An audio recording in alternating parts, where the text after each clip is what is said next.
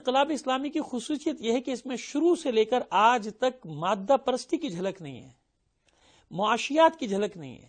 یہاں پہلے دن سے یہ وعدہ ہے قربانی قربانی قربانی، اور آخرت کا وعدہ ہے، اور انقلاب آ جاتا ہے اس کے بعد بھی پھر قربانی مانگی جا رہی ہے، اس کے بعد بھی قربانی کا سفر جاری ہے آج تک۔